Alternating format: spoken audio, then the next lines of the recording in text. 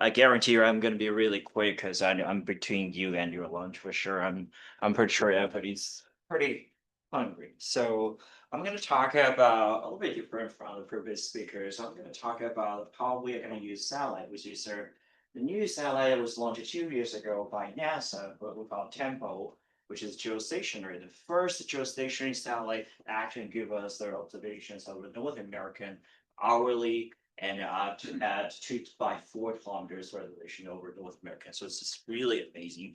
And so before starting, I would like to talk about my research here. And it's kind of pretty much everything. As you know, at the left hand side, this is what we do. We actually use satellite remote sensing data, for example, tempo, tropo, gems, which are literally just different name of satellite. As you know, that NASA people really bad at name their missions, so literally you have no idea what they're talking about. I was going to talk a little bit later.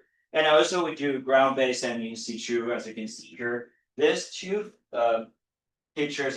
This picture shows their ground-based Pandora and Aranet, which is literally a spectrometer to measure the the aerosol optical depth, and their Pandora is measure the trace gas column density.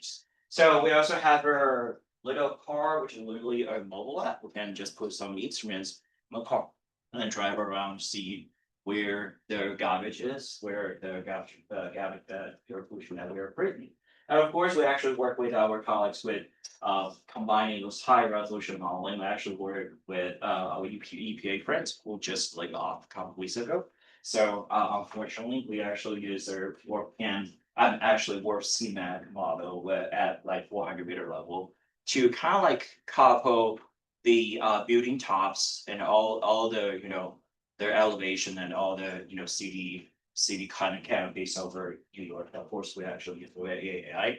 And so this is kind of the methodology that we use. So for a science question, and we actually have 5 major topics. One is the air pollution, or a fancy name is atmospheric chemistry. I know that John is probably not going to agree with me because what I'm doing here is more like satellite sensing. But we want to understand why the air pollution is going, why the factor that controlling air pollution, especially on a changing climate.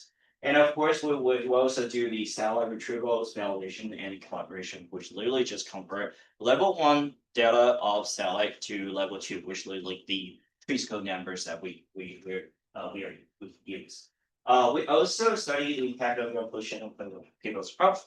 That's kind of like why we actually work with public health and people on their West campus. And of course, we do environmental justice. This is actually very kind of like sensitive word because a couple days ago, program managers told me kind of like rephrase it. But so it's literally just their kind of like disparities of exposures to different air pollutants that eventually we could cause some the health security issues. So last but definitely not least, you probably saw my picture a couple of weeks ago on the SVU news. We also do community engagement and citizen science, kind of like to tell the people what we're doing about air pollution and public health. So literally, that's kind of like an overview of my research. And I'm going to talk about Tempo. Now is a full name. Tropospheric Emissions Monitoring of Pollution. Literally, I have no idea.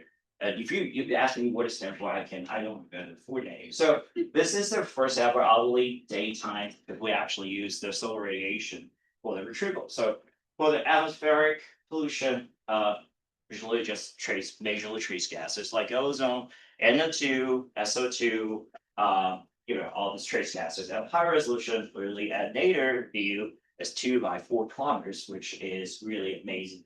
It's of course a geostationary orbit.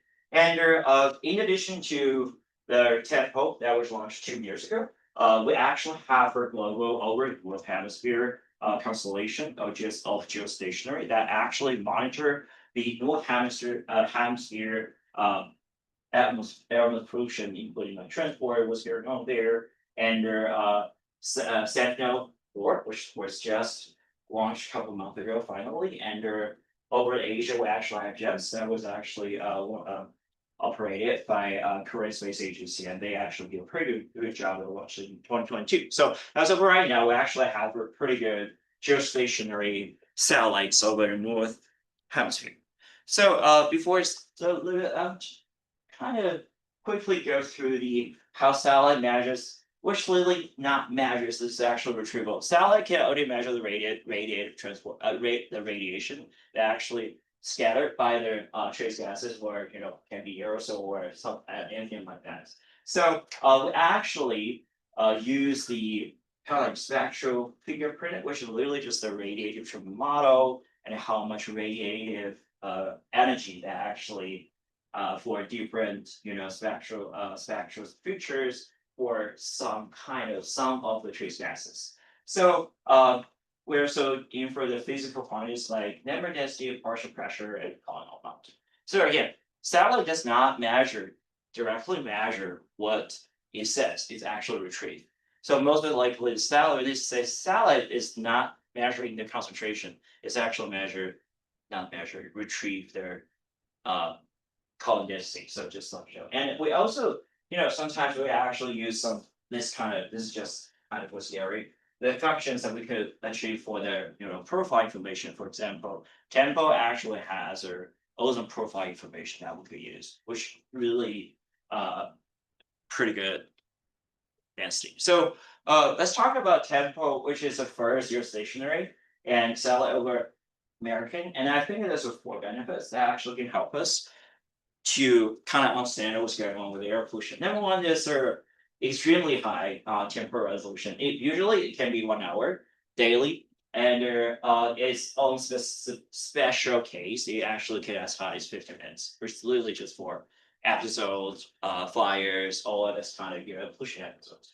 So again, it's actually higher spatial resolution, 2x4, and 7x3.5 is actually a current LEO low orbit satellite, which is called troponin. I actually showed you right there. So this is how low orbit satellite measure with Earth satellite measure, which we call LEO, as you can see here. Pretty good global coverage daily, but it's just 1 time a day. But for Tempo, this is actually how Tempo can measure 20, almost like 10 or 12 times over North America hourly.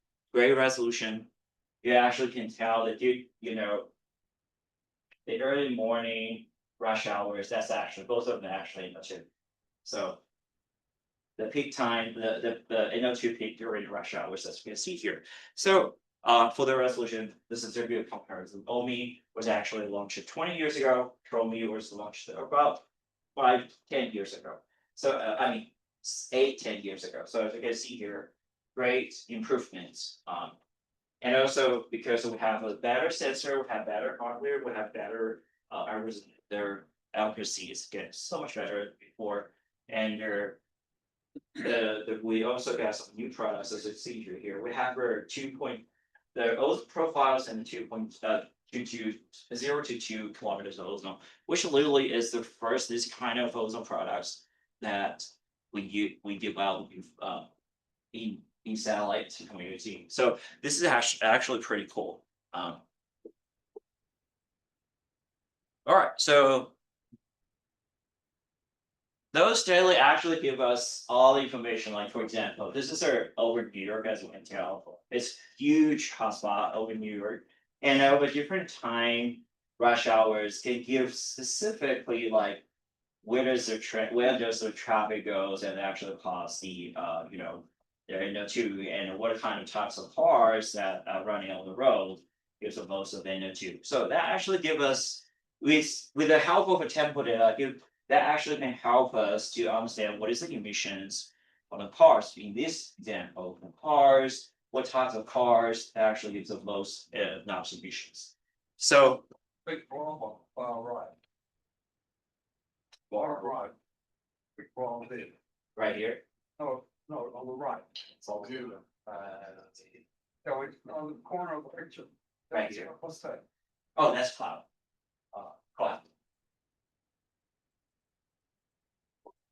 Yeah.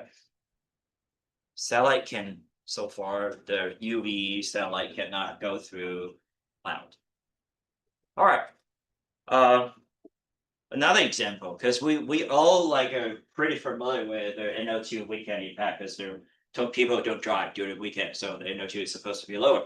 So I just got this video that shows the Friday before right here, before the Labor weekend, as you can see here. This is New York, and that is, you can see that how high the NO2 is that observed by satellite by tenfold. Clearly for satellite community, we never done this before. For the comparison, as you can see here, this is a Sunday, which is literally just the day before. Critically, that's a kind of like change the way that we discover the NO2 weekend impact instead of just simple measurements. So that's about time for me to shut up. And as also thank my PhD students, master students, and university to work with me. All right, thank you so very much.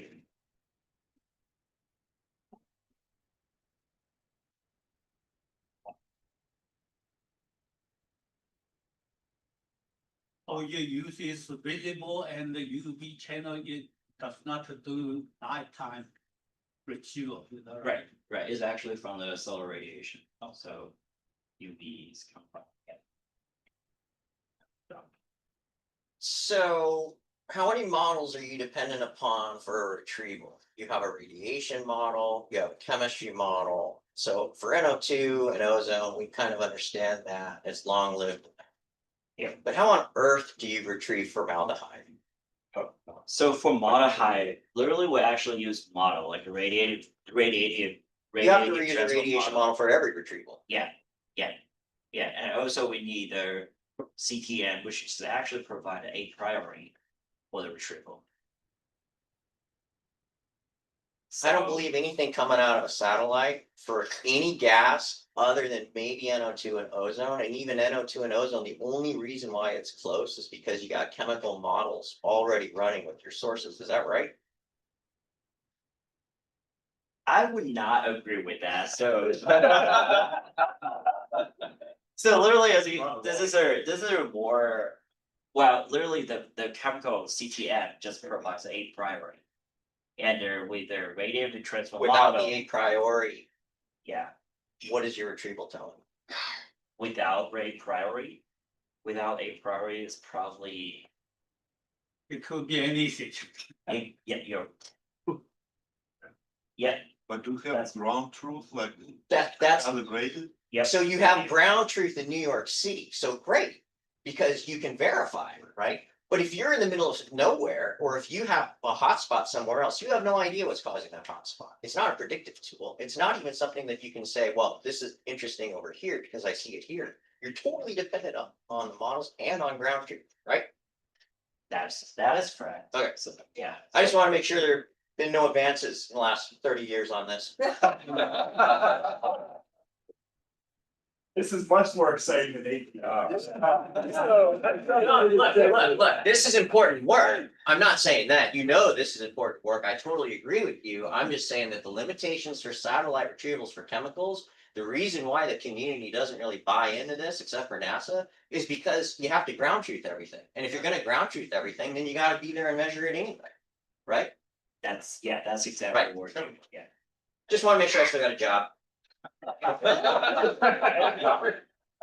Thank you so much. All right, thank you so much.